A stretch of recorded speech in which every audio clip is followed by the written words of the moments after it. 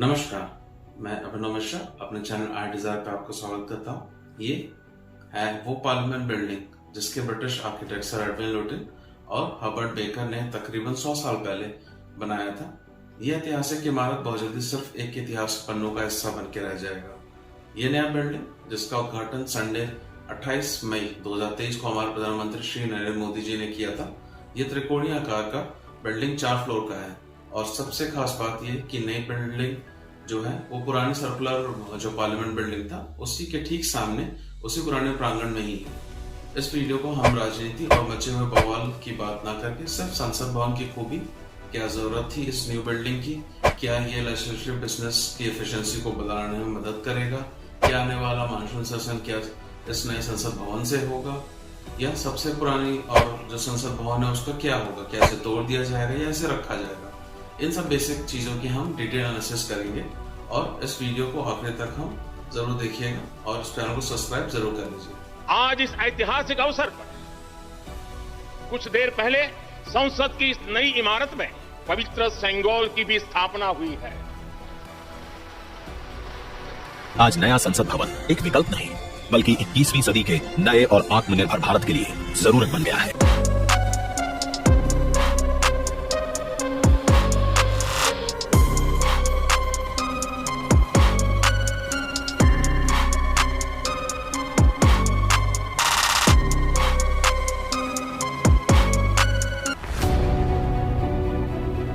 सबसे पहले हम बात करते हैं इस न्यू बिल्डिंग के नए स्ट्रक्चर के बारे में। तो हम इसका न्यू वर्चुअल टूर भी पे चलते हैं और जैसे कि एक्सीलेंस ऑफ आर्किटेक्चर और टेक्नोलॉजी बोला जा रहा है। आपको पता ही होगा पुराना बिल्डिंग जिसका उद्घाटन 1927 में हुआ था, जो ऑलमोस्ट 100 साल पहले हुआ था, परंतु अब इस नई बिल्डिंग जो नई बिल्डिंग बनी है उसको 1.5 साल के आगे की नजर रखते हुए उसको बनाया गया है। आर्किटेक्चर की बात करें तो पुरानी बिल्डिंग से नई बिल्डिंग में कोई ज्यादा खास अंतर नहीं है। आर्किटेक्चर का जो शेप जो पहले सर्कुलर था वो ट्रायंगल हो चुका है। इस बिल्डिंग में लोकसभा और राज्यसभा भी उसी तरह से है। लोकसभा की सीटिंग बढ़ाकर 888 कर दी गई है जबकि राज्यसभा की 384 कर दी गई है, जो कि ज्वाइंट सेशन के वक्त तकरीबन 1272 की सीटिंग कैपेसिटी का अरेंजमेंट आराम से हो सकता है। इस बिल्डिंग के बीच में कॉन्स्टिट्यूशनल हॉल भी है।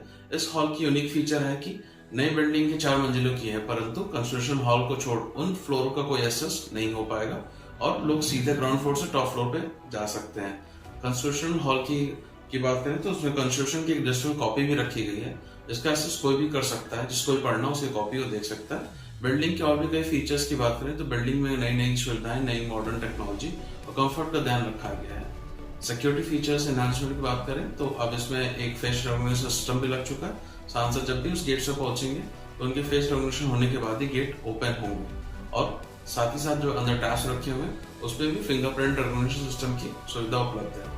एक भारत और श्रेष्ठ भारत की सोच को आगे बढ़ाते हुए संसद के भवन के इंटीरियर्स में देश को कोने कोने से मंगाए गए चीजों से बनाए गए, जैसे कि यूपी से कालीन मंगाई गई है, पत्थर राजस्थान के हैं, मधुबनी पेंटिंग्स हैं, केसरिया ग्रीन पत्थर जो कि लोकसभा में लगे हुए हैं वो जयपुर से आए हुए हैं, फर्नीचर मुंबई से आए हुए हैं, अशोक चक्र में लगे हुए मटेरियल्स औरंगाबाद और जयपुर से आए हुए हैं और हर संसद के लिए टैब्स जो उनके सीटों पर ही नए सांसद कंप्लीट पेपरलेस भी हो जाएगा।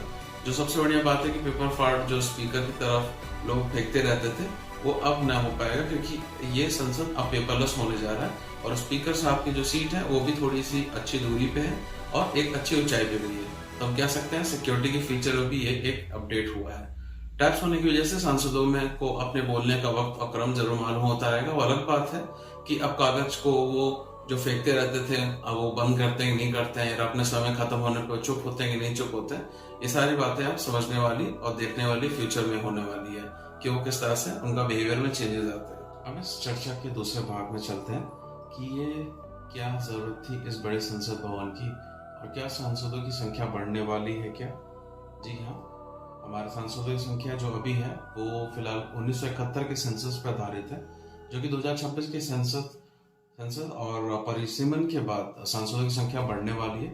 अभी सांसदों और अगर सभी सांसदों को एक साथ बैठाने की कोशिश करें तो एक्स्ट्रा चेयर लगाने के बाद भी उनको बैठाना बड़ा मुश्किल हो जाता है। तो कह सकते हैं कि ये नया संसद भवन अगले 150 साल के आने वाले हिसाब से बनाया गया है। अब तीसरी बार समझने की कोशिश करते हैं कि इस नए भवन में सेंट्रल हॉल नहीं है, तो इसका क्या अल्टरनेटिव है। अभी के जो सेंट्रल हॉल की बात करें तो उसका महत्व है कि ज्वाइंट सेशन जब भी लोकसभा और राज्यसभा का होता है तो सेंट्रल हॉल में हुआ करता है, परंतु नए भवन में सेंट्रल हॉल की ऐसी कोई सुविधा नहीं है, जो इस वजह से सिर्फ जो लोकसभा जो नया वाला बना हुआ उसी हॉल में होगा। वैसे तो लोकसभा की सीटों की संख्या 888 है, जो कि जरूरत के वक्त 1200 प्लस भी किया जा सकता है। सो कह सकते हैं नया जो होगा इसी में ही होगा। सो क्या नया बिल्डिंग सांसदों को एफिशिएंसी बढ़ाएगा? तो सिंपल भाषा में कह सकते हैं कि जी हाँ, श्योरली बढ़ाएगा। एफिशिएंसी विल इंक्रीज, जो कि पेपरलेस होगा, डिजिटल होगा, फास्टर प्रोसेसिंग होगी, लेजिस्लेटिव मेंबर्स के टेक्नोलॉजी की ट्रेनिंग दी जाएगी। परंतु आप समझ सकते हैं कि मेंबर्स को सिर्फ ये इनेबल करेगा ताकि to perform efficiently, but in the day ये जो सांसद हैं वो वही इंसान है, उनका वही बिहेवियर होने वाला है, और ये उनकी क्षमता के ऊपर डिपेंड करता है किस तरह से वो अडेप्ट करके एंड एफिशिएंसी को बढ़ाते हैं। पांचवा बात, क्या आने वाला मानसून सेशन इसी बिल्डिंग से होगा? तो बात करें तो सरकार खुद का आंकलन रहा है कि बिल्डिंग का उद्घाटन 2022 में हो जाना चाहिए था और पुराना जो मानसून सेशन है उसी में होना था, परंतु कई वजह से ये डिले हो चुका है। तो हम कह सकते हैं कि अभी भी फिलहाल इसका 100% काम पूरा नहीं हुआ है, लेकिन हम फिलहाल ये कह सकते हैं कि इस बार पूरी उम्मीद है कि मानसून सेशन इसी नई बिल्डिंग में होने वाला है। अपने छठे सेक्शन में हम चलते हैं, तो इसमें समझने की कोशिश करते हैं नई बिल्डिंग की आखिर इसमें क्या इतनी जरूरत पड़ गई। क्या इस बात का उत्तर है कि हम समझ सकते हैं कि बिल्डिंग की हर बिल्डिंग की दो तरह की क्षमताएं होती हैं। एक क्षमता उसकी सिटिंग कैपेसिटी हो सकती है, दूसरी उसकी खुद की उम्र होती है। तो इन दोनों पैरामीटर्स पे भी हम इसको पुरानी बिल्डिंग को अनसेटिस्फैक्टरी कैटेगरी में मानते हैं।